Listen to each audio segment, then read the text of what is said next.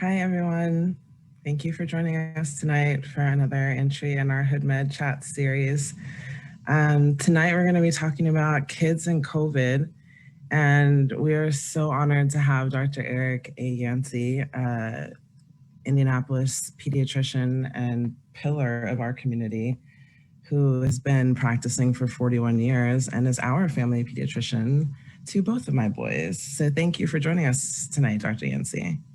It's an honor to be here. Great to be here. Our policy chair, Jonathan White, will be joining us momentarily, but that's how it is in a Zoom world. So he'll be in a few minutes. But I guess I just wanted to let you introduce yourself and just talk about, for you, what are the things as a practitioner that you want to get across to people about the urgency of vaccination? Sure. Well, as mentioned, I'm Eric Yancy, and I've been a resident of the city of Indianapolis since 1976. And I know that's before mostly everybody listening was born, but I guess as one of the kids asked me one day how old I was, I told them, one of my patients did, and of course the little child went, "Wow, you're old." And so yes, I've been around for a while, but I'm still enjoying it.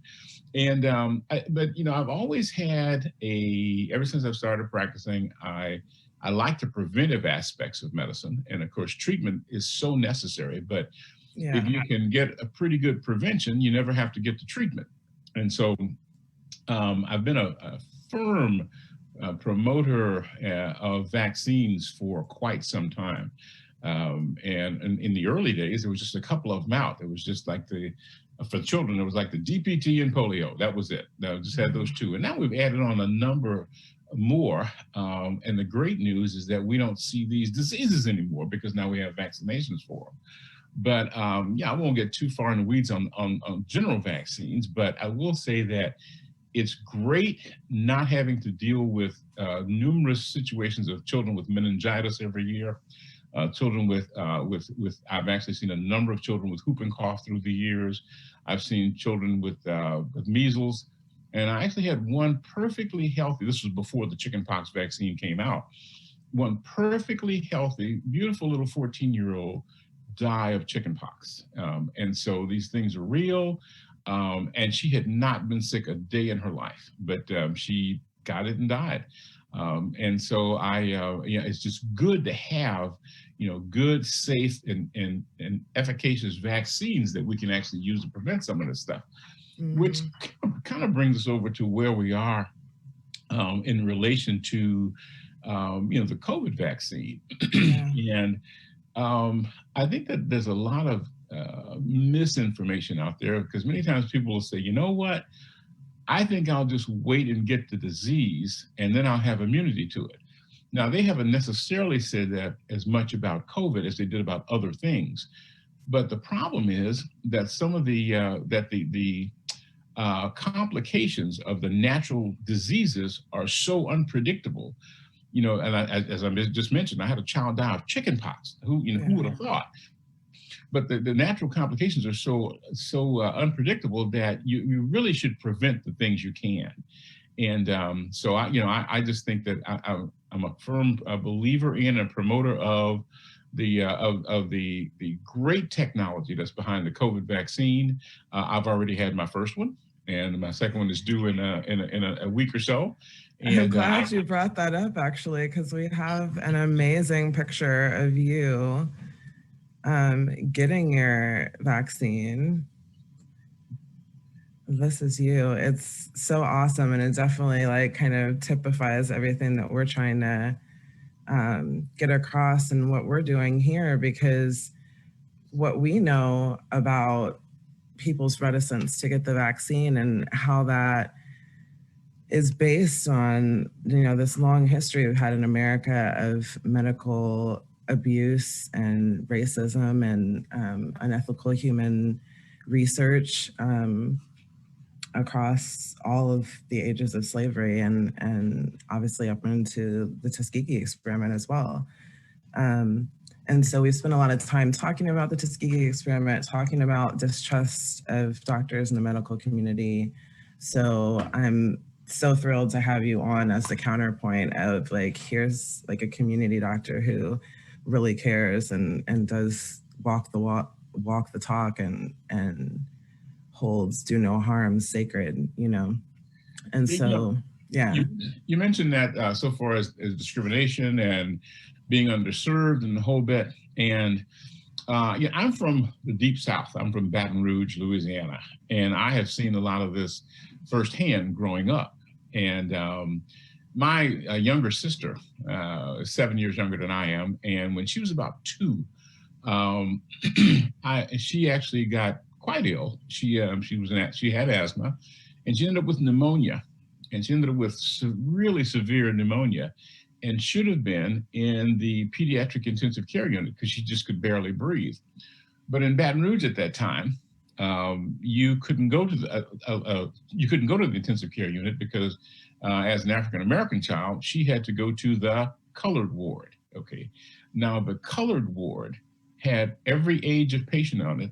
And I remember her being in a room, and just, it's kind of at your edge of your memory. I'm like 9 or 10 years old, but I remember her being in the room, and I remember there being like an elderly lady, like right next to her. I remember her little oxygen tent. They couldn't really do a lot of the intravenous things they needed to because she was in the colored ward, which was a renovated basement part of the hospital there. And the care was just absolutely, totally different than what she would have gotten in the ICU.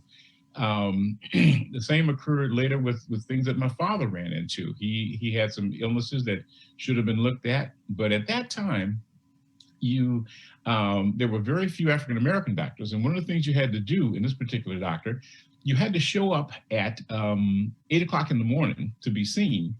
But you had to show up without an appointment and then wait till all the other patients were seen, and then they would see you.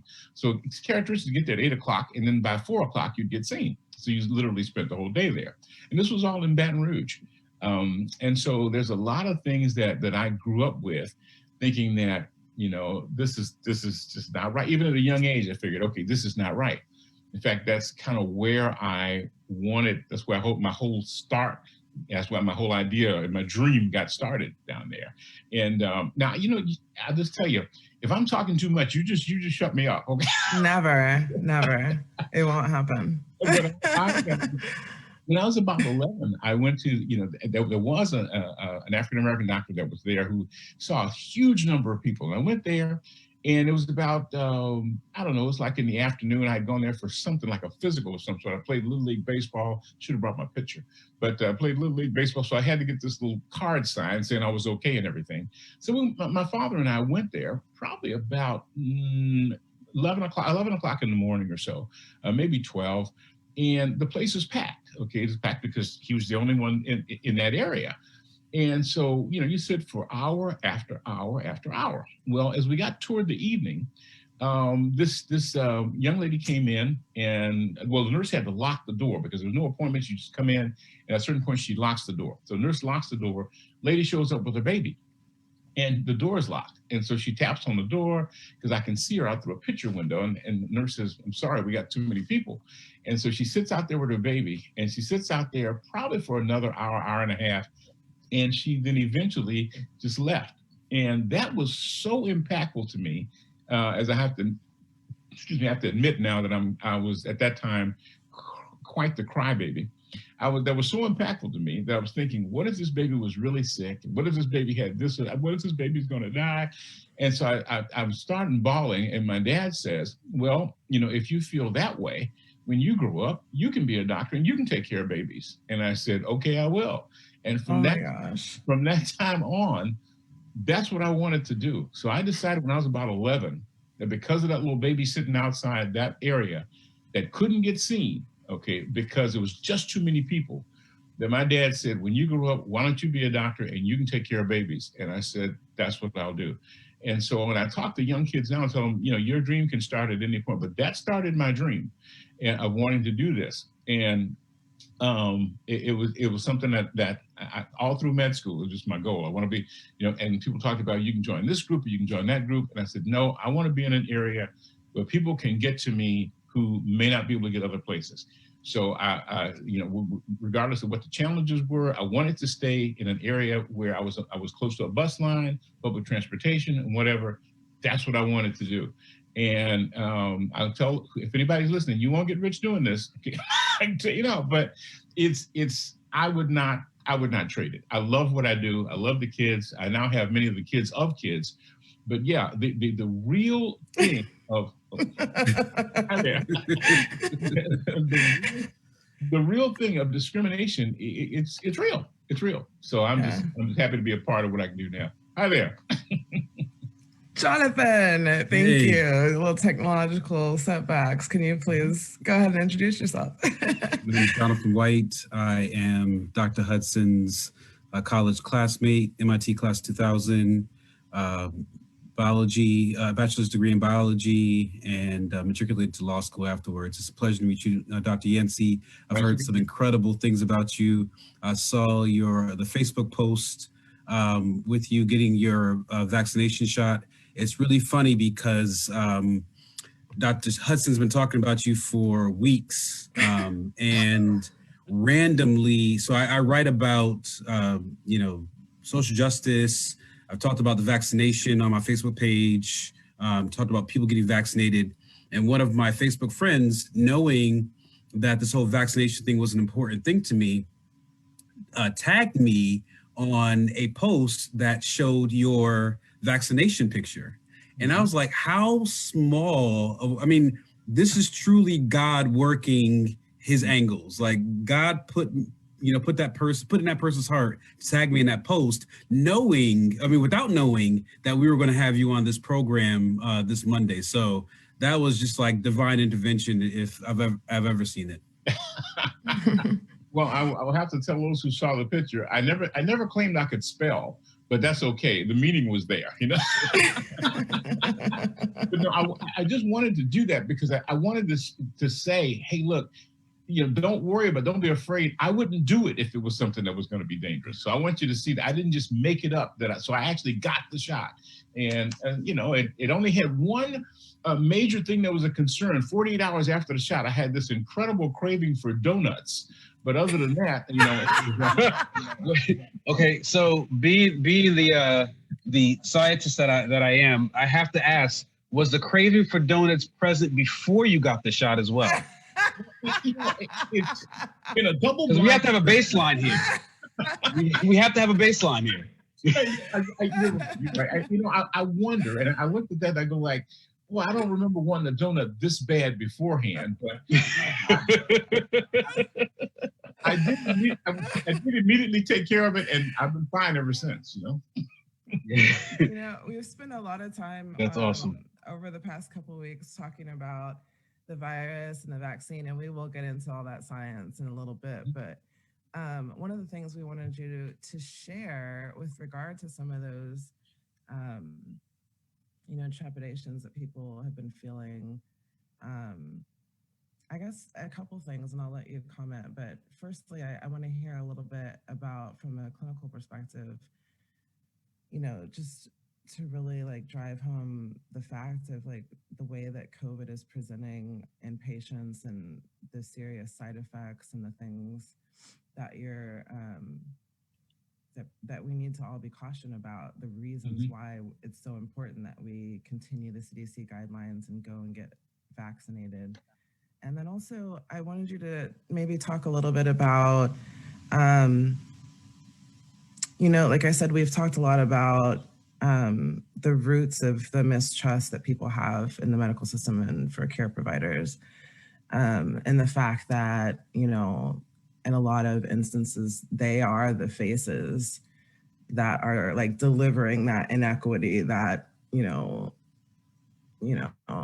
neglect of care, that whatever abuse that you receive, they're the ones that are delivering it to you. So that's kind of how that mistrust in doctors begins. And I just wonder, you know, like for us to bring you on as a trusted community doctor and knowing how many people believe in you, I want you to talk to us about the way that mistrust, even though we all know that you're a trusted doctor, how does that show up in your exam room. I want you to talk a little bit about the Black anti-vaxxers that you deal with and the way that people are like not respecting your social distancing mandates in the office. You know, like you're still, you know, like people trust you, but how does that mistrust of the system and the government and this messaging in general kind of show up in your exam room?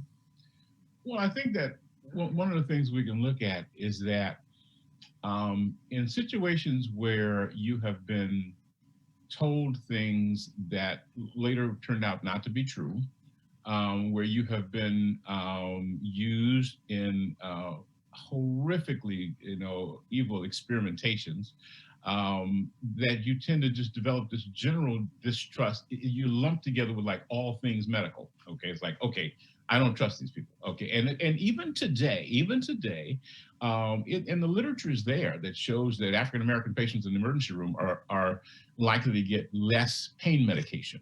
That there are certain cardiac evaluations that are done less frequently on African Americans, than other races. So we get less of that. There are certain things that are still going on today. When you look back to some years ago to the experimentation and the procedures done on women, without anesthesia and those kind of things. So you look at it and you say, okay, well, I don't trust this science because I don't know where it's coming from. And something that is mysterious anyway is just hard to trust if you can't really get to the roots of it. So, I mean, if I got on a jet plane and every time I got on a jet, 5 or 6 times I got on a jet plane, I ended up knowing that someone in the FAA had lied to me about something, I might not trust flying anymore. Okay, and so, and I couldn't be faulted for that. But if I had a pilot that I knew well, that had no, quote, dog in the fight, and that pilot said to me, Eric, let me tell you why what you're thinking is not correct, then I would have to go along with that pilot because I don't know that science as well. Okay, so I would just say, okay, and then I would ask that pilot, do you have any reason that you would not tell me the truth if you're on this plane as well? And if you're lying, the plane goes down, you go down with it. So you have any reason not to tell me the truth? And of course not. So I say to my patients sometimes when that mistrust comes up, that's been well earned, let's talk about this. And then I'll say, there's only 2 options we have here. The first option is either I don't know what the people wrote to you on social media. Either I don't know it after all these years of studying, all these years of practice, either I don't know it, okay, what they know, or I'm deliberately trying to hurt your child. I know it and I'm deliberately trying to hurt your child. So you have to tell me which one is it. Either I don't know it, okay, or I'm trying to hurt your child. And many times they'll think about that and they go, I didn't think about it that way, okay, because that's the 2 that it comes down to. But let's look at, for a minute, some of the mistrust in vaccines. One of the huge, just mushrooms of mistrust in vaccines came in the late 90s with the, quote, autism study, okay? And it's like, okay. Mm-hmm. And I think that what happened there is that, if I may take a minute to just kind of go a little bit of that, a very ambitious researcher decided that he wanted to find the cause of Crohn's disease. He then postulated that Crohn's disease is caused by measles. Well, he was wrong. So then he said, because he still wanted the Nobel Prize and everything, Andrew Wakefield still wanted the Nobel Prize. So he goes like, well, okay, it's not measles, but you know what? It must be the measles vaccine. So then he actually said, yep, that's what it is. It's the measles, mumps, rubella vaccine. This vaccine causes, this. And then he found this, what he called a regressive neurologic conditions where the children had very significant developmental delay and whatever. And he said, these 2 are tied together. So therefore, he made this jump to this MMR causes this developmental situation we call autism. And so his only 12 in the whole world, only 12 children in his original, quote, study.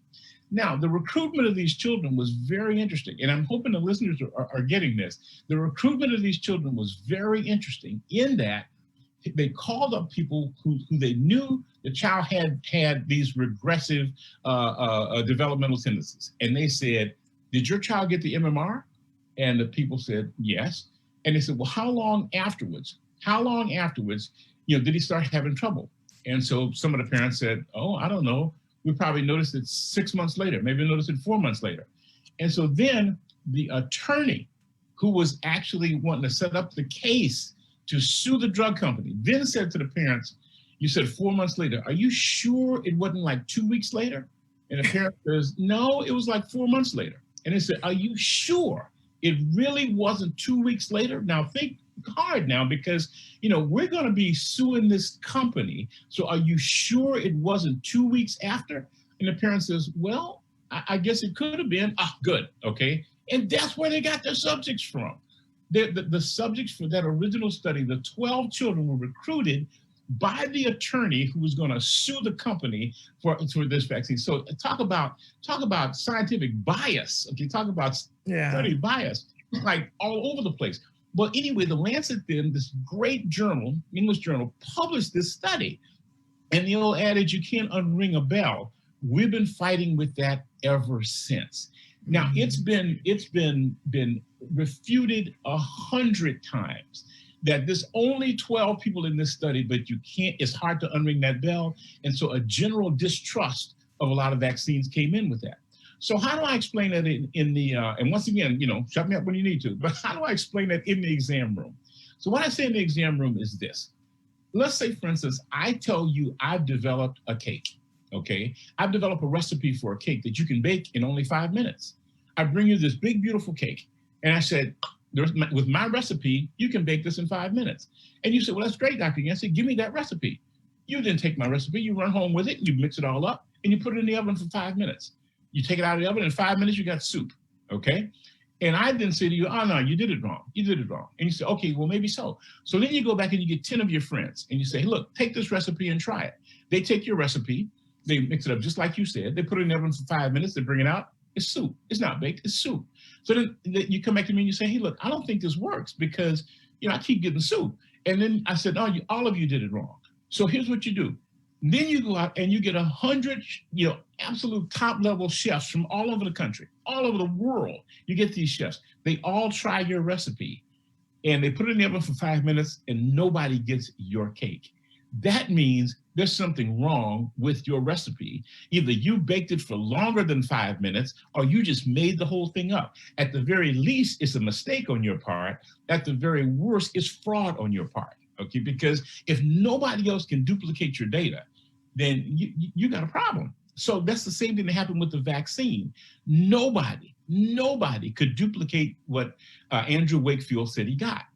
But yet and still, the stain of that particular study continued to, for decades, bother people about the vaccine when it was never true in the first place. And now we have a number of very severely injured or dead children because people believed that study in the first place that was fraudulent from the beginning. So that's the way I explain it. That's a great analogy, by the way. Well, thank you. That's the way I explained it in the office. And I would say that my acceptance rate of vaccine is close to 99%. I think that most people want, if you say, do you want your child to be healthy? Yes. Okay. So most people want that. So what they need is an explanation of how we're going to keep your child healthy, as opposed to just being blown off and says, well, that's silly, don't believe that. Well, I mean, I have to explain why what you're hearing or reading may not be the best thing and best health for your child. And I have to say, I don't have a dog in that fight. And my only goal is you having a healthy child. And if I can explain that as to why these things occurred, many parents say, oh, never knew that, never thought about that. Mm-hmm. I think that's very much the approach that we are taking now in terms of trying to make sure people understand more about the virus and how it spreads and what it does to you and why that's important, and also why the vaccine is so critical for everyone, but most especially the Black and Brown populations who've been disproportionately affected by the pandemic. It's imperative that we get vaccinated.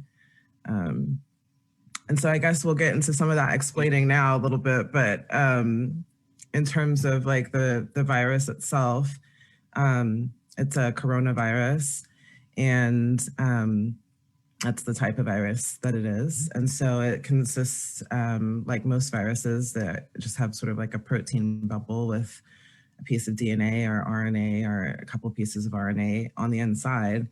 In this case, it's an RNA virus. So there's a piece of RNA and it's surrounded by a protein envelope.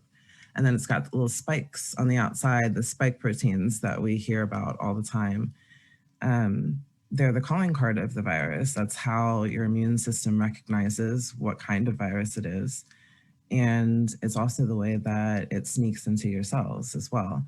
And once inside, it takes over your cell machinery to sort of use your copy machine to make its copies and ensure that your cell stops working for you and starts working for the virus, making proteins that will make more viral particles that then you sneeze on everyone that doesn't have on a mask or has the mask hanging like half off of their nose.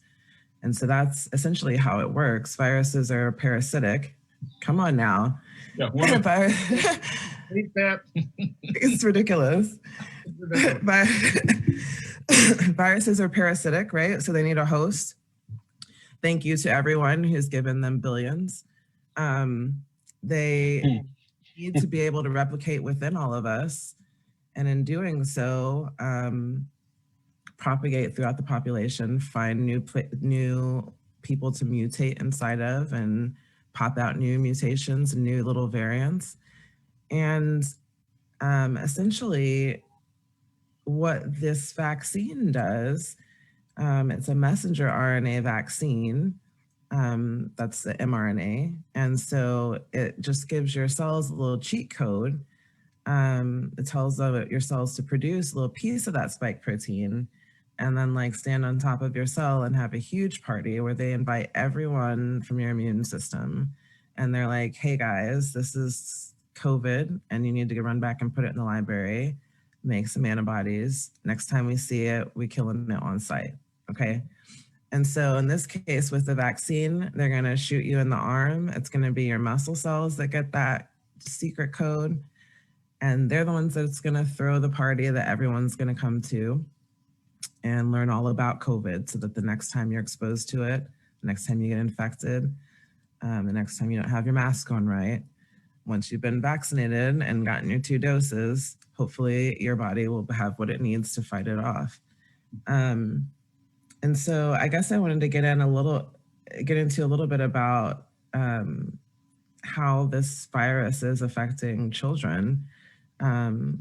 Nature published a paper recently about how investigators are trying to learn lessons from how well children's immune systems are able to evade COVID. They noted that a lot of children have antibodies, but do not test positive on the swab diagnostic PCR tests, indicating that that virus hasn't had enough time to infiltrate enough cells to make enough copies of itself for it to be picked up in the children. But they do have antibodies, so that suggests that they fought it off successfully. I thought maybe you could talk a little bit about like sort of the naivety of the children's immune system and how those like sort of naive T cells work a little bit harder than ours do to fight off, infection in those early years.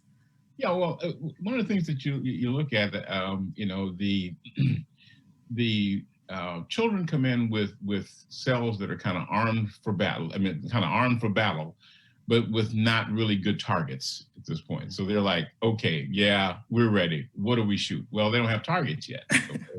And so they are and early on, the first 6 months, since they don't have really targets yet, the immunity it received from the mother across the placenta has to do that for them. So that passive immunity. So, okay, these cells are they're armed for battle. They know what the targets are. And so they're there and they take care of things for about the first 6 months. So it's like a lot of things they take care of the first 6 months, but they're not going to replicate there. And then they die off and that natural immunity fades. And then it's time for the child's immunity to start taking over based on what they're exposed to and how well they take things up. And of course, the early immune system is very good at picking stuff up and saying, hey, okay, we're going to handle this. And so, which is why vaccines work so well in babies and toddlers and whatever, and with a few booster doses, because their immune systems pick up things very well and react to them very well and can produce that long-term immunity. So I don't think the exact mechanism has been worked out of why children do so well, but it's kind of evolved over a period of time. Children early on, they did so well, and everybody was saying, we don't think it really affects children. And but that was kind of back in March and April. Then as time went by and caseloads started going up, we did see some children get affected, and some, not that many, but some severely affected. Mm-hmm. And they said, well, okay, it looks like it does affect children, but still not as severely and not with the same amount of problem that the adults have. And but it still did affect some. Well, then probably around May or June, because what we usually learn over 20 or 30 years, we kind of learned in like 9 months. Okay, and so over May or June, then they came out with some post-viral, after viral infections that really hit a few of the children very hard.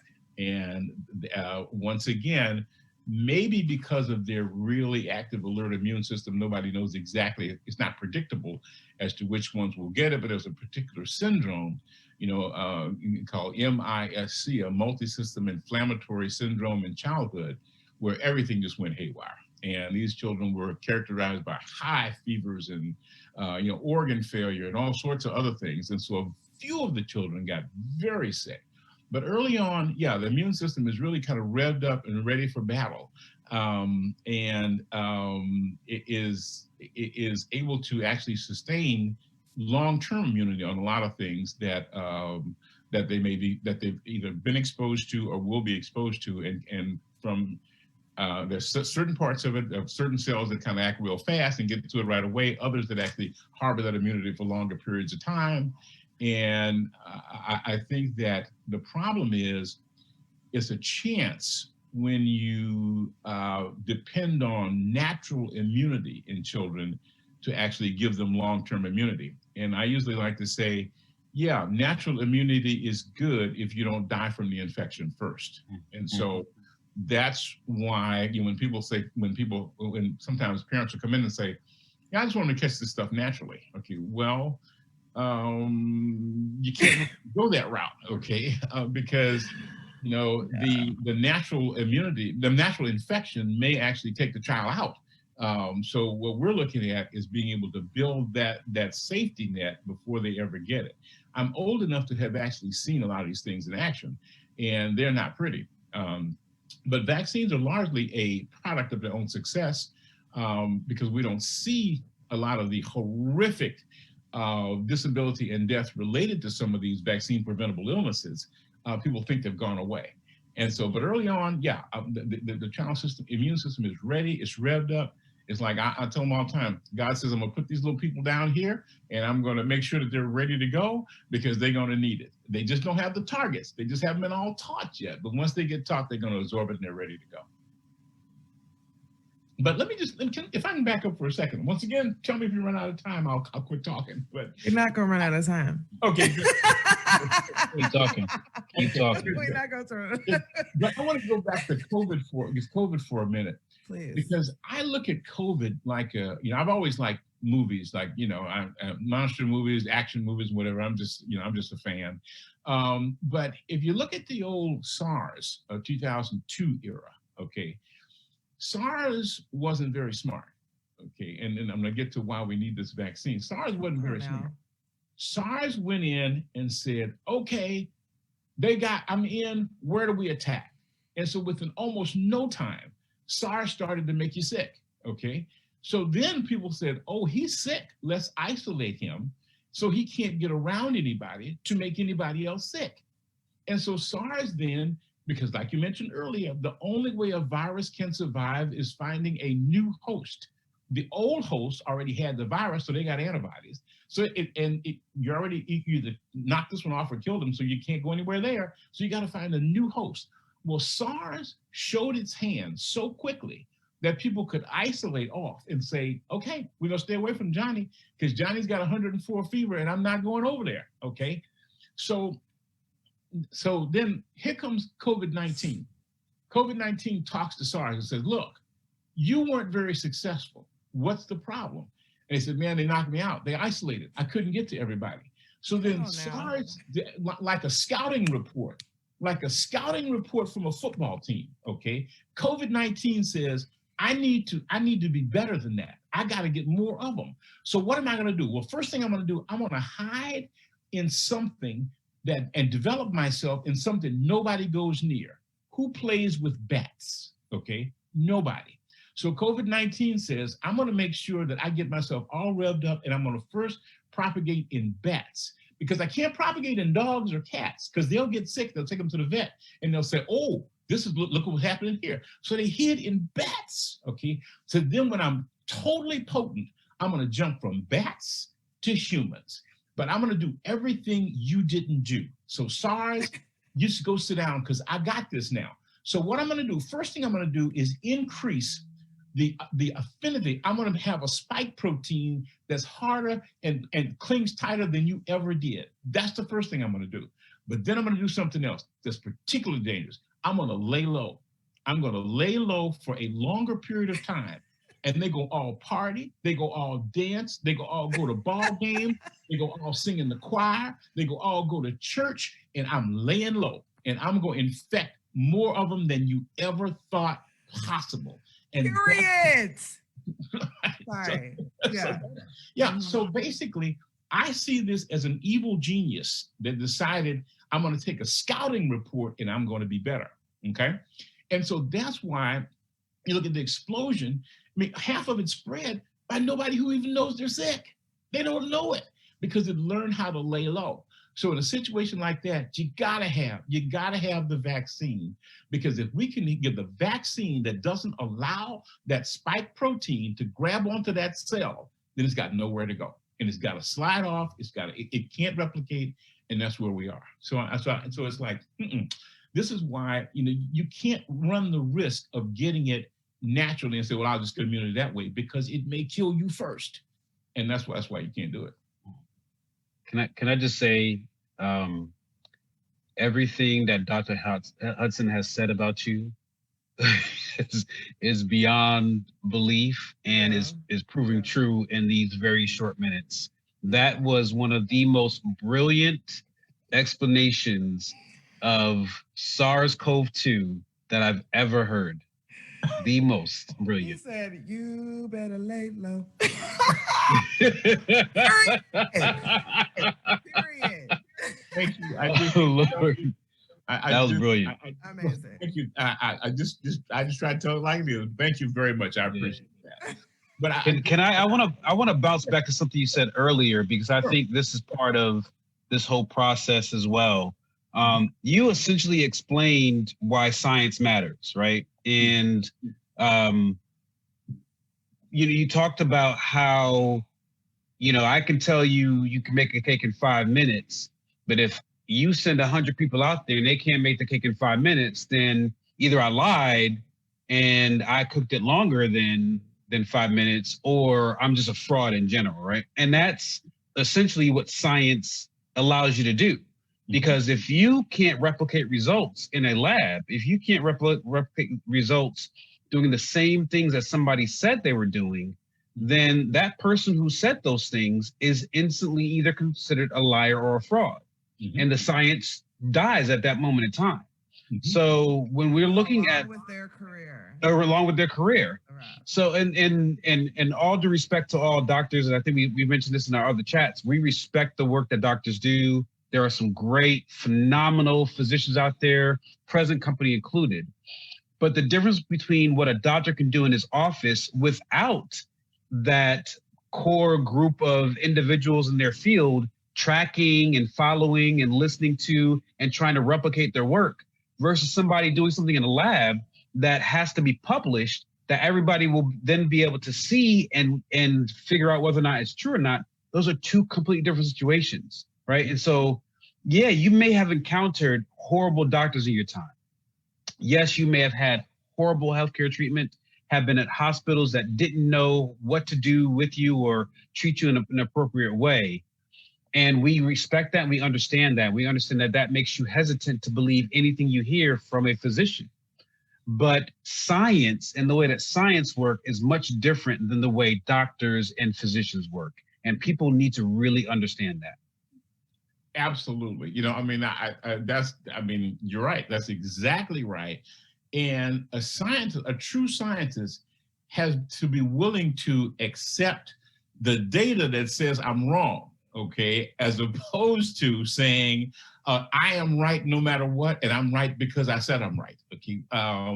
Years ago, I mean, if you look at Linus Pauling, double Nobel Prize winner and whatever, okay, all kinds of, I mean, he really, I mean, the DNA double helix, all sorts of other stuff, brilliant individual, okay, but about the vitamin C, he was wrong, okay, but about the vitamin C, he was wrong in the massive doses, but he couldn't accept the fact that at this point, he was wrong. So good science allows itself to be proven wrong. And instead of saying, oh, no, I'm not wrong, when he's proven wrong, good science says, aha, this is the way it really goes. And so that's what we have to look at. So if we look at, like, you know, once you're able to duplicate the situation and say, this is what happens when you do this and this and this, then that's when I think, you know, good science really kicks in.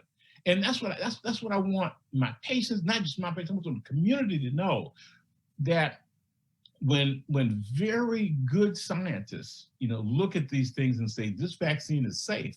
I mean, you know, you want to talk about it, you know, not to accuse Mickey Corbett, it's one of the major researchers on it, you know, this is, I mean, he's one of the major researchers. And, you know, she looked just like me, okay? She looked just like us, okay? And so you think she's got, I mean, why would she have a reason to go put out a vaccine that hurts her own people? Okay, I mean, it's no reason. So when you look at it and says, we can duplicate this, replicate this every time, you know, that's what we got to look at, because we can't afford to be double victims. If you say, okay, I'm not going to take the vaccine and I have less health care anyway, then I become like a double victim.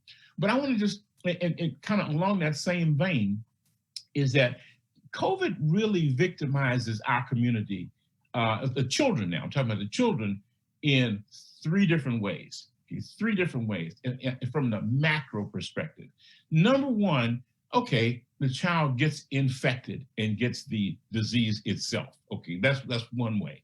And of course, that can be devastating. It may be very mild, it may not be that bad, but certainly that's one of the ways. But the second way, we have a huge number of children who are either in single parent homes or who are being raised by grandparents. Okay, we have quite a few, let's say, raised by grandparents. So who is at one of the highest risk of serious disease from COVID? Grandparents, okay? How many children now haven't ended up in foster care because the lone grandparent that was taking care of that child is now dead, okay? And so that's something that sometimes we don't think about. That's way number two. The third thing is that I don't care what anybody says, in general, for the, not just the average child, but for most children, and statistics will bear this out, in-person instruction is better than remote learning, okay?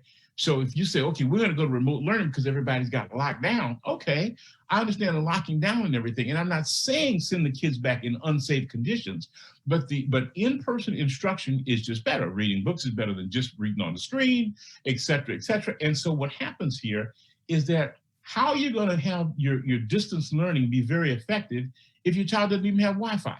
How are you going to do that if they're trying to look at one little screen like this and don't even have, you know, the actual equipment to do it? So this affects. So how do we deal with that? the way we deal with it is to get rid of the pandemic. Okay, the way we get rid of the pandemic is to get a shot. Okay, and so it affects us 3 different ways. Because when grandma dies, okay, or grandma is seriously, there's nobody to take care of that child. And certainly there's a lot of great, very good 2-parent families, but a lot of our families may be essential workers, and now they can't do the things that they did for the child. So it hits the community in a lot of different ways. And yeah, a lot of our kids are completely capable, got computers all over the house and whatever, but I take care of a lot of kids who don't have that capability. I take care of a lot of kids who there's no computers in the house. They're now staying with friends because there's one person who's got to. And so we just need to get rid of this thing. And the way to get rid of it in our community is take a shot. Take the shot.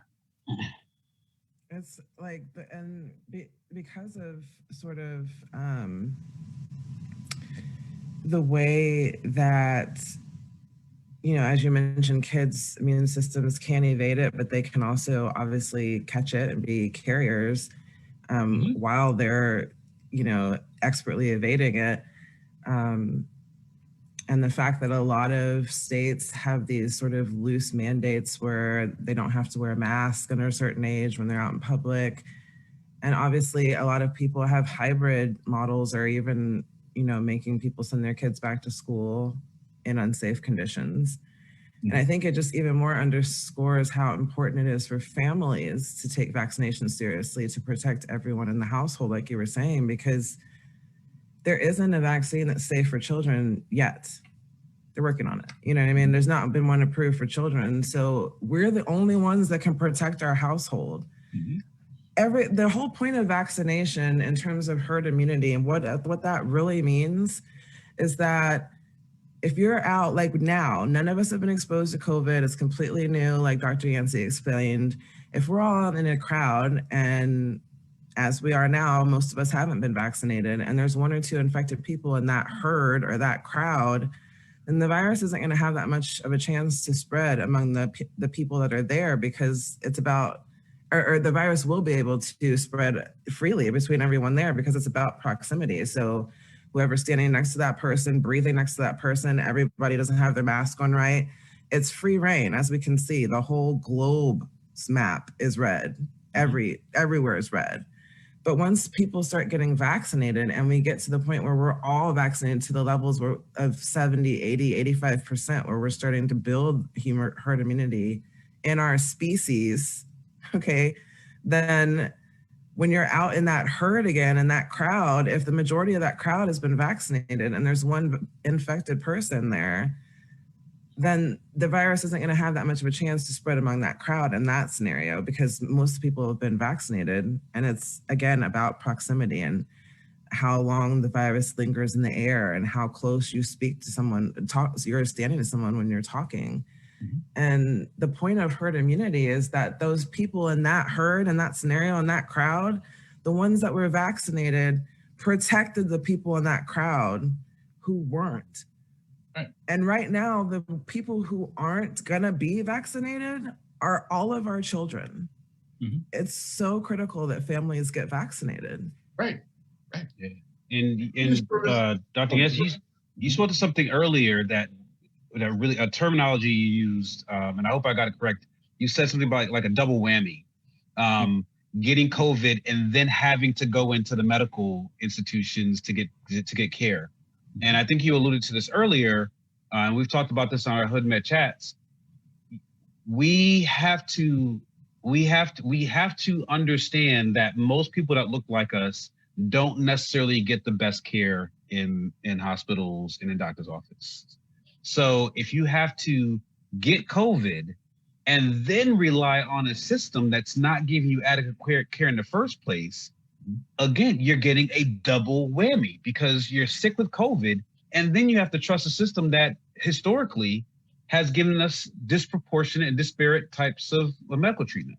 A system that, even if they had always given us equitable treatment, is at its bursting limit right now, regardless. Right. Even on top of that. Right. I mean, because like I said, they may want to put you in, no matter who you are, there's nowhere to put you. Right. The gift shop is what they're doing out in LA.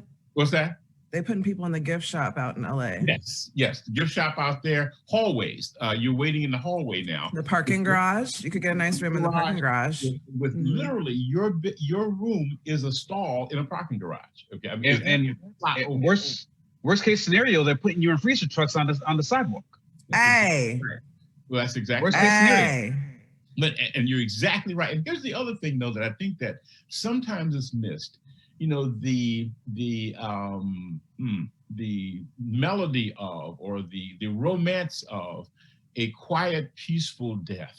Okay, and somebody saying, you know, I was there and I was holding, you know, John's hand when he died, and it was just so peaceful. That ain't happening. Okay, you're not going to go anywhere near your dying relative. Okay, that gives me chills and nightmares. Okay, because you're not going to go anywhere near your dying relative. They're going to die without you there, and it's so horrific.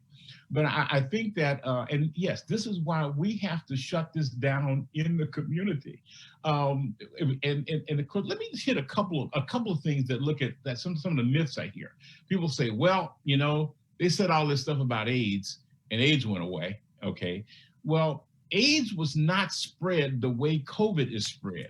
You can't walk on a bus with AIDS, with HIV/AIDS, and infect everybody on the bus unless there's very intimate contact with each and every person over a sustained period of time on that bus. I can walk through a bus and infect everybody in there in 5 minutes, okay, or 15, they say, 15 minutes. That's not happening with AIDS, so you can't compare that. And they said, well, what about, how come they didn't develop a vaccine for AIDS? Different kind of virus, and it actually shifted numerous times very rapidly. And so it was very difficult to come up with a vaccine for it. But here's something that we have for AIDS that we don't have for COVID. We have very effective treatment for AIDS, okay, for HIV infection. But we don't have very effective treatments for COVID-19. And so it's a difference there. We also finally have wide acceptance of the prophylactic measures for HIV infection. Right. But that we don't right now. Exactly. So, but the other thing is that, you know, you can actually, you know, I mean, look at the things we do with the blood supply and all those kind of things. You know, we say, okay, we need to get rid of this. But the situation with, you don't know who's got COVID. So you sit there, you know, I love my Indiana Pacers. I go back all the way to when they drafted Reggie Miller. And when they drafted Reggie Miller, and I tell people all the time, they booed when they drafted Reggie Miller. I was there, I saw it. Because they wanted the kid from Indiana, okay? But they didn't want Reggie Miller, okay? But I've been there. I've seen the Knicks sort of, and so I got the thing that says, oh, by the way, when we open up Bankers Life Fieldhouse again, you know, and I got season tickets. I love them. My one vice is, are you going to be there? And I go, I'll be watching the Pacer games on TV for the foreseeable future. I ain't locking myself. No, sir. I am not locking myself for 2 hours in there with somebody sitting directly behind me coughing on my head. Not happening. Okay. And so, but on the other hand, you know, one of my selfish motives is that I want to go to games again. I want people to get out. Behavioral care visits to the emergency department for children between like 7 and 18 have increased by between 20 and 30% over the last year. The kids are going, they're just going crazy, okay, because they're stuck in, they can't go anywhere, there's no socialization. So those behavioral care, depression, anxiety, etc., has increased significantly over the last year. I mean, that 20 to 25%, that's a huge increase, okay, these kids coming in, either threatening self-harm or whatever. And so once again, it's a scourge. We got to get rid of this thing. And so, yeah, we got to have a wider acceptance. Because as you mentioned, so let me go back to herd immunity for a second. People talk about herd immunity. Other than AIDS, what about the herd immunity? I'm just going to wait for herd immunity. Okay, the number of people that you have to get to, if you have a certain number of people that's going to die from an infection, and you have to have a certain percentage to get the herd immunity, the death toll to get the herd immunity is not even thinkable. I mean, if you want to, yeah, I don't think people understand the depravity implicit in that presumption is that you are saying that we're going to need to sacrifice millions of people and let millions more have long-term serious permanent brain damage, liver damage, whatever. And the thing with COVID though is that, and the reason why they're stressing that it's so important that you go in for both those doses is that right now they're saying that immunity might look like it might be anywhere between 6 to 8 months, but and those are just preliminary numbers, but we know that we've heard all along that the immunity that people who've been infected build is not lasting immunity. You know, when I talk about that party on the cells, this is something that happens in natural infection. You know, the vaccination, any vaccination is just artificially scheduling that party ahead of time to let everybody know in a special circumstance. But that process of your cells having that party and trying to figure out who's this foreign invader happens in any natural infection, right? Only for COVID right now, what they've been seeing is that, you know, the memory cells from your immune system who are supposed to remember what diseases look like and remember what that spike protein looks like so that they can like find it, you know, they come to the party, but they like, you know, have a little bit too much to drink. And then by the time they get back to the lymph nodes, they don't remember what COVID looked like. And so then the next time you get infected, it's almost like you get infected for the first time all over again. So again, natural herd immunity is only practical when the infection doesn't result in serious illness, you jerks. And also, you know, if natural immunity will give you long-lasting immunity, you know, like when you talk about chicken pox, most of us can get the chicken pox or get, you know, one time and be good for life, right? Like, not in all cases, as you pointed out, but, you know, not all viruses work the same way, nor should you want to go purposely expose yourself to something that millions of people are dying from right now. Can I make a quick observation? Herd immunity, as people are using it, is like what happened at the Capitol this past week with security. Herd immunity means just let them come inside, let them wreck shop and ransack offices and break things and whatnot, and then we'll try to get to them later. Whereas if you get a vaccination, it's like a Black Lives Matter protest showing up and you have armed guards there waiting to make sure nothing gets messed up at all. They're lining the steps, just waiting. They're lining the steps. Posted up. You feel me? Ain't nobody climbing on them. Ain't no. Period. But even if we digress. We digress. Anyway. If you look at things through history, smallpox took lives for centuries, not decades, centuries. So you have to ask yourself, well, why didn't we ever get herd immunity to smallpox? Because it was so deadly that people got it and died, and many of them didn't develop any kind of immunity, and so there was always somebody new to get it. Okay, what is it? Measles. There was no herd immunity to measles. Everybody just got measles. Now knowledge wasn't distributed nearly as well in the 60s and 70s as it is now, but there were tons of people that got certain, that lasting brain damage, subacute sclerosing panencephalitis following measles and things like that you just never kind of knew about. But there was no herd immunity. Year after year after year, tens of thousands of people caught measles. And so it just didn't go away. Polio was around for decades and decades, taking people out and of course, horribly deforming, situations. And you didn't get the herd immunity until you got a vaccine. So the cost to human life of trying to develop herd immunity in a deadly virus, you can't do it. You just can't do it. So you shouldn't. I mean, we've seen the prioritization of world economies almost to the point of insisting on natural immunity, but it looks like we're finally starting to take things a little more seriously.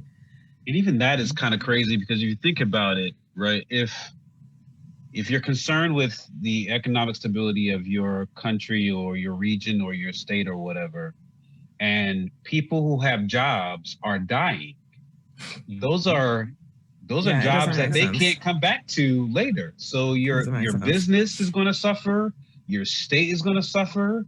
All the medical care that's going to have to be put into those people who are dying or sick from COVID is going to have a ramifications for economically in your state.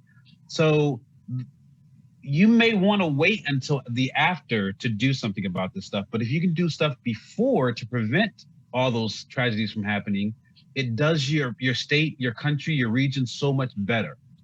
Mm-hmm. Yeah, I mean, they're obviously not going to help people. They're obviously not going to give them financial assistance. But they're not even going to give, they argued the entire year about $600. So they're obviously not going to give people, go far enough as like we've seen in European countries where they're giving people enough to live and stay at home and stop the spread, right? That's never going to happen here. And as we can also see, most of the people, half the people here don't even believe it's real, right? We know that. They think it's a hoax. And a lot of the rest of y'all don't even care. You don't wear your mask. You wear it halfway off your nose. You still go into parties. You had a fun and crowded Christmas season. You know what I mean? Like, we know all of these things are happening at once. We're not going to get help. They're not going to give us money to stay home, and y'all ain't going to do right. The only thing that we can do is get vaccinated if we want to survive this. I have I lost a friend recently. The oldest sister was broken by losing her brother. And then recently, the sister right below her had a birthday. And I found out that for her birthday present, she got COVID. Where did she get COVID from? From her young adult child who just couldn't stay home. And even after he was through quarantine, or through the period of quarantine he had to take it, he was still back out there, not protecting himself, not doing anything to keep safe. Meanwhile, his mom is at home. She has all these other comorbidities and issues, health issues she's dealing with. And so the eldest sister, who just lost her brother, is now worried to death that she may lose her sister from COVID because the sister's child couldn't do what is necessary to protect themselves. So if you're going to go out there, you're going to be irresponsible, you're going to do all these things that you claim you can't stop doing, then get the vaccination so you won't get people you care about sick and end up killing them. I think that I mean, and your point there is absolutely well taken. I think that one thing that's happened is that it's been kind of an enlightenment of the responsibility, the global or community responsibility that should be there really appears to be lacking. I went to vote on a Saturday before the general election, this past election, and I went to a satellite site, and my wife and I stood in line to place that vote for 8 hours and 5 minutes, outside for 8 hours and 5 minutes, because it was important to me to cast that vote, yes, for me, but also for my children, my grandchildren, and their children, etc. But I think we have to keep in mind that I look at what happened in the Montgomery and in the bus boycotts, and how everybody chipped in and said, no, I'll take you to work, whatever. And that became very successful. I think we have to look at the community is bigger than ourselves. And I think when we look at that, I'm not just getting the vaccine for me, I'm getting the vaccine for my family, I'm getting the vaccine for my children, but I'm getting the vaccine so that we can knock this thing down so other children can go to school just like I had a chance to go to school. And I think we have to look at it that way. If you said there's a cloud of chlorine gas, and that there's been 3 explosions, there's a cloud of chlorine gas is going to move into the city, And if you don't have a mask on, you're likely going to die immediately. Okay. Watch and see how many people would not dare leave without that mask. Okay. Because it affects them immediately, right then. It's you. If you don't have the mask on, you're going to breathe that chlorine gas in and you're going to die. But the way this has occurred is like, okay, wear the mask for someone else. But unfortunately, many times the someone else's in many are not as important. And so that's a sad fact that I think we have to start building on from a much younger age, that the world is important. Those around you are important. And there's nothing wrong. In fact, not just nothing wrong with it, we have a responsibility to do something for those around us. Because if I guarantee you, if that, or if it was one thing I posted once and I kind of chuckled about it, I said, if you had a situation where if grandma dies of COVID or grandpa dies of COVID, every air is immediately cut out of the will. Okay, watch and see how much grandma and grandpa would be protected. Yeah. Nobody would come without a mask, because, you know, and I hate to use the term, I don't want to use the term selfish. I think sometimes we just don't think about. No, it is selfish. Okay. We take the approach of encouraging people to save themselves, because we don't know anyone who cares about their neighbor. And our ultimate aim is to stop the spread, especially in Black and brown communities, and to get people vaccinated. And if that means that we have to indulge all of the depravity that we see that really exists in human civilization, we'll do that. Save yourself, cover your mouth, watch your own self. You know what I mean? Like, cause I don't know, that's what I see revealed from this crisis. It's like, it's a crisis in humanity. It's a crisis of empathy. You know what I mean? We do not value life anywhere on this globe. We're not prioritizing the preservation of life in any pandemic planning anywhere on this globe, maybe with the exception of New Zealand. Shout out to Jacinda Ardern. She's great, doing a great job, kid. You know what I mean? Besides her, no one on this earth is prioritizing human life above the economy or anything else. And I think the other thing and it just to dovetail what you mentioned, is that this is not going to be the last pandemic. You know, there will be another. Okay, now, thankfully, you know, we got some great vaccines in the pipeline that we can even just, you know, substitute out components now. And so it's same, but on the other hand, it's still going to have to be a matter of being safe. The vaccine is not all of it. I mean, you're still going to have to be diligent about the masking and distancing for quite a while. It's not the vaccine is great, but it's not the quote magic bullet. But then there's going to be another one. Whoever knows how many years, 5, 10, 15, there's going to be another one. And so we have to look at the fact that the overall behaviors of the concern for others has to change, or the next pandemic will wipe out another 300,000 people and still growing. Mm-hmm. So I think that's kind of what I try to look at. One of the things you mentioned earlier was the behavioral medicine aspect with respect to kids, and how a lot of kids, because of the pandemic and having to stay home and lose that socialization, are presenting with behavioral medical issues. Mm-hmm. I wonder if you could talk about that. And I know you're not a psychiatrist, psychologist, but I wonder if you can talk about that more from what you've seen. And I've wondered whether or not these aren't new behavioral issues that these kids are presenting with, but they've been revealed because of the situation that we're in now with COVID, meaning kids across the country have probably had some mental health issues, depression issues, anxiety issues that their parents may not have noticed, but because of COVID and everything going on, they're presenting and being more, it's a lot more obvious now than it was before. I think you're exactly right. And I'll just hit it from a couple of different angles. I was born in 1952. Everybody says, "Oh, you're ancient." Was there electricity then? Okay, the kids ask me that all the time. Yes, we had electricity. Okay, but one of the things we had down in Louisiana was hurricanes. Okay, And the first hurricane I remember was Hurricane Audrey, I think like 1957. I was 5 or 6 years old.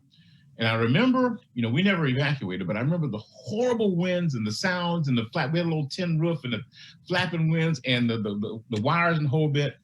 And my mother would say to me, for the Hurricane Audrey, Betsy, Carla, Donna, all those, my mother would say to me, and my dad would say, okay, we're just going to stay here because by tomorrow morning, it's going to be okay.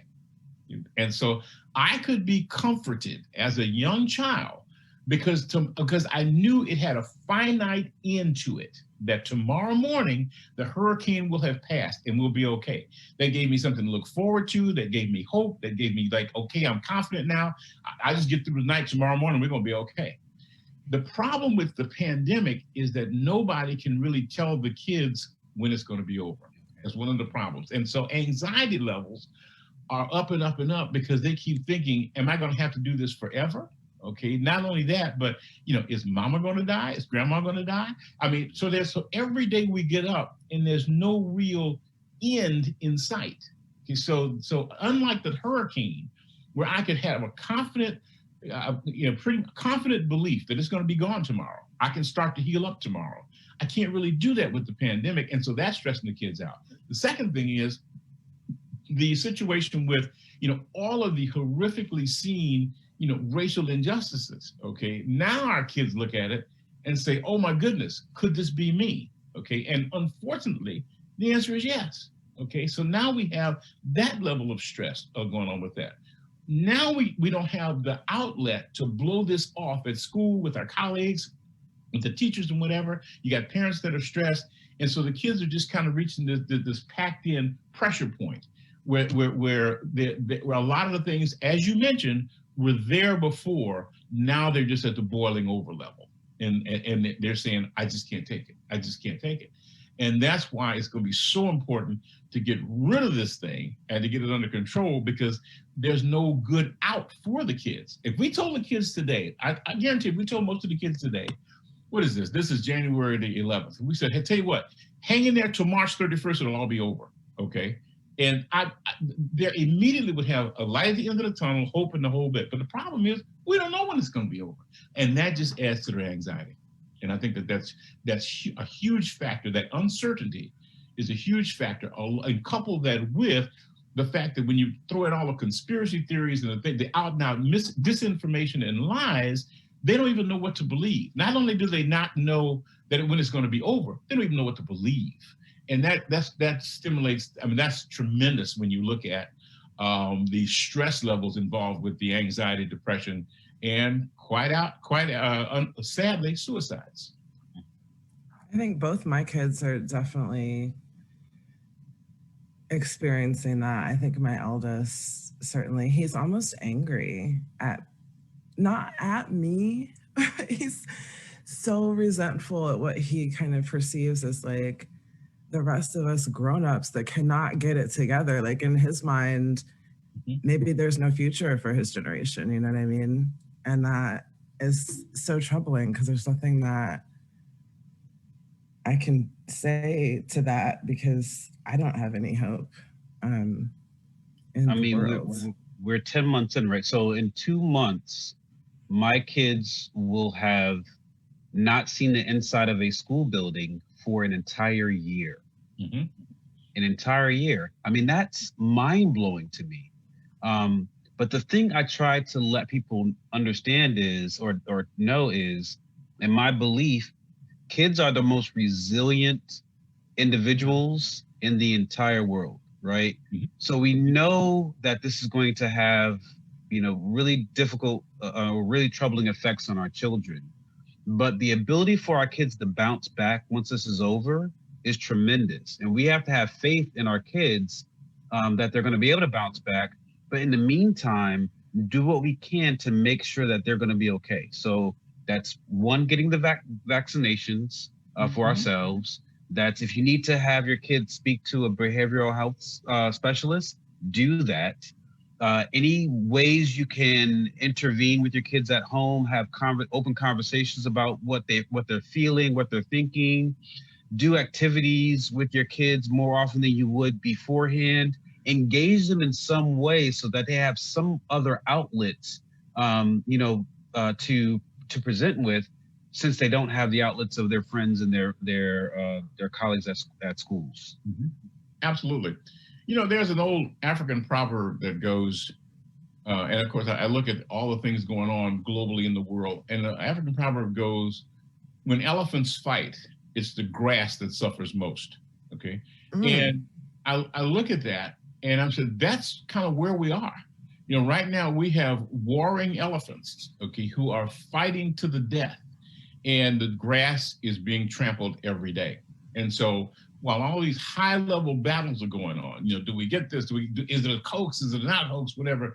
As you mentioned, your children are not really involved in that. And so they're looking at you saying, why are you letting all this go on and I'm suffering? Okay. And so that's where we have to kind of be.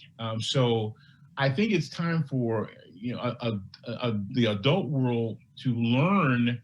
Let's look at real science. Everybody can come up with a different conspiracy theory every day, but we have to start teaching the children so that the generation after theirs knows this is how you discern good information, and this is how you blow off bad information. If it's not reproducible, if it's just somebody's thought, that's fine, because they had crazy thoughts when I was coming along, but they didn't have the internet. And so your crazy thought now is you, okay? Your crazy thought wasn't out there for 10 million people to see every minute. And so we now have to teach this discernment where kids learn this is how you know something's a good idea and how it's not. And I think that same goes with the COVID vaccine. We got to look at that evidence, the evidence of it. You say, okay, well, nothing's certain, but I got evidence that one of the the main researcher in this is a Black woman, okay? So tell me why she would develop a vaccine to kill her own people, okay? I got base evidence that now over 60 or 70, early in the trial, 60 or 70,000 people got this and they're fine. I got base evidence that somebody who studied it for 40 years, studied medicine for 40 years anyway, has sat there and say, shoot me up in this arm right here. Okay, and why would I do that if there was something to do that? So we have to teach them how to come up with good decision making as to what to believe, because otherwise the next pandemic is going to wreak havoc again. And so it's discernment, right? It's that's the thing that I think that is missing from a lot of community is the ability to discern fact from fiction and what you should put most of your faith in. I had a conversation with someone recently who said, "Oh, I'm just going to be using these black oils and eat these vegetables and try this holistic stuff." And I'm like, that's all well and good. I believe in holistic medicine. I believe in eating right and exercising and giving your body the best chance possible to fight off anything at all. But this is a global pandemic. So while you're doing those things, also get the vaccination so you can be even more protected. The other one I run into, and it's one of the, and of course this is not by any small measure a minor thing, is that many people, I've been a member of my church for I don't know, ever since I got here. So 40 some years I've been in my church, but I do a lot of speaking in some of the churches and whatever. And I do run into sometimes some of the older saints who say, well, if God wants me to get it, I'm just going to get it. Okay. And they'll say, well, I'm just depending. I hear it quite a bit. I'm just dependent on the Lord to keep me from it. Okay. And I fully understand faith. I have a faith. I'm proud of my faith. I fully understand that. But on the other hand, if God allows something to be developed, okay, and you reject that, then that's problematic. Okay. I look at through the time of when I read through the scriptures, I look at everybody was required to do something. You don't just kind of like walk and say, you got to do something. Okay. And I could go through all kinds of stories about what you got to do. You got to do something. You got to put some kind of action into it. So if God allows a vaccine, allows a development of something to protect you, okay, and you say, nope, not fooling with that, okay, then who's that on at that point? So I love to talk to, you know, my fellow church members, religious leaders, whatever, to say, who can say, and I actually posted this, who could say that it wasn't divine intervention that allowed the development of a vaccine to extract you from a deadly pandemic? And if you can say that it wasn't, then I need to know how you know that, because I don't know that. So I think that when various forms of deliverance come through, we need to be able to accept it once it's proven that, hey, this is safe, you need to accept it. I mean, if I'm stranded somewhere and you send me a boat, if you show me it ain't got no holes in it, I'm getting in. Well, the thing is that, Amen. you know, people a lot of times I hear that all the time. It's like, you know, they don't want to have a spirit of fear or whatever. And it's just like, let me tell you what God wants. Mm-hmm. He wants you to value your life, your one life that he gave you. Mm-hmm. Yeah. He did not mean for you to cavalierly throw it away because you don't feel like doing all that, putting a mask on. Mm-hmm. He gave you one life, and he meant for you to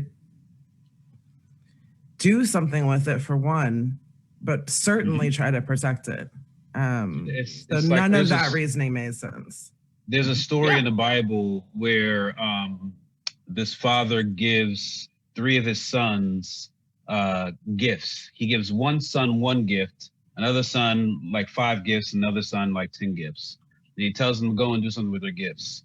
And the one son takes his 1 gift because he only has 1, and he buries it because he doesn't want to lose it. The other kids go and they do something with their gifts, and they all come back, and the father asks, well, what did you do with your gifts? And the kid with the 5 gifts says, I did this and that. And the kid with the 10 gifts says, I did this and that. And his father's very proud. And he asked the kid with the 1 gift, you know what you do? He said, Dad, I hid it in the ground so I wouldn't lose it. And the father was very disappointed, because anytime that God gives you a gift, God wants you to go out there and use that gift, right? And so when you put that in the context of this whole conversation of what Dr. Yancy just said, you know, God gave not only gave these scientists and these doctors and whatnot the gift of being able to come up with this vaccine, but God put you on this earth to do something special. And if you don't take the opportunity and take advantage of the opportunity you have to do what God put you on this planet to do, then you're wasting the gift that God gave you. So get vaccinated so you can do the things that God put you on this planet for. Don't just put your gift in the ground and say, well, if God shows me that I need to take this vaccine, I'll take it. God put you on here to do something. So you need to take the vaccine so you can get done whatever God wanted you to do on this earth. Mm-hmm. You know, just one more item to the saints, as my old pastor used to say. You know, if you look in Exodus, okay, all the plagues go through. And the final plague, God says, look, I'm sending a death angel through. So here's the deal. Death angel's coming through blind. Death angel don't know nothing. But the death angel go look for the blood on the doorpost, okay? You take this unblemished lamb, you take this lamb, and you kill this lamb, you put this blood on the doorpost. Death angel coming through, and death angel ain't gonna ask your name, ain't gonna ask your serial number, ain't gonna ask for your ID. Death angel go look at the doorpost and say, you know what? That's what I'm gonna take. Okay. If the blood's not on your doorpost, your firstborn is gone. That's just that. We ain't got to argue about it. Your firstborn is gone. So if you're sitting there as an Israelite and you say, you know what, I ain't messing up my door with this stuff. I'm not putting no blood on there. I'm just going to wait on the Lord. Well, the Lord told you to put the blood on your doorpost, okay? So if you decide, I'm not putting it on there, then your firstborn is gone. And whose fault is that? It's not God's fault. Okay? It's not. You were told to put the blood on your doorpost. You chose not to. Your firstborn's gone. End of story. So if not, I just fail to believe that God will allow, you know, all these people to be tricked by it. But on the other hand, he says, you know, here's a good, safe vaccine developed by people who I've said that you could trust. I've demonstrated you could trust. Okay, so let's get the shot. Yeah, that's awesome. We were hoping to ask you to sort of leave off on what your message is for Black and brown communities on the vaccine, and I think we just heard it. But if you could, like, if there was any sort of parting thoughts you had for people, for parents with children, for anyone who still has questions, what would be your message to those people? Your message would be this: that it is true that we as a people have been victimized in many, many ways, for years, centuries, whatever, in many, many ways. But that doesn't mean that we should then not take advantage of the things that we can take advantage of to better protect ourselves. It would almost be like saying, we've been victimized, so therefore, I'm not going to drink this clean water from Culligan because they victimized us, okay? If you know there's clean water, you drink the clean water.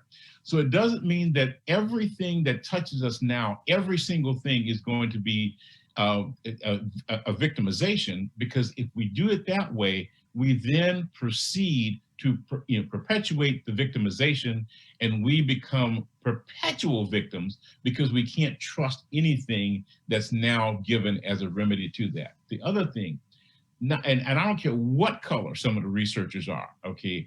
There are good people across the rainbow, okay? And there are good people all over across the rainbow.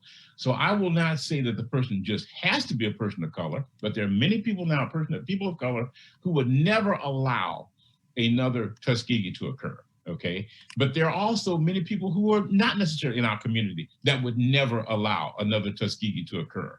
But the fact is, we got people in places now, of all genders, all races, all colors, who say, this was a situation that I want to make sure it's safe because I want the world to be safe. And at some point, we got to say, you know what?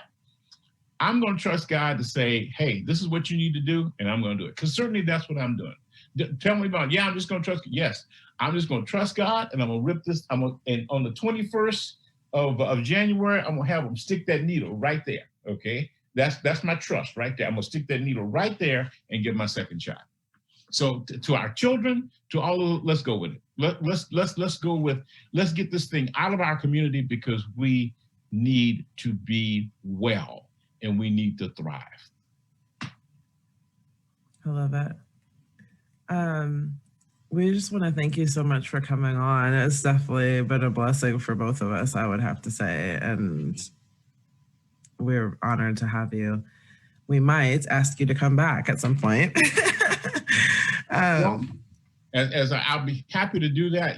I'm really quiet and reserved and don't talk much. So yeah, just. But I'd be happy to.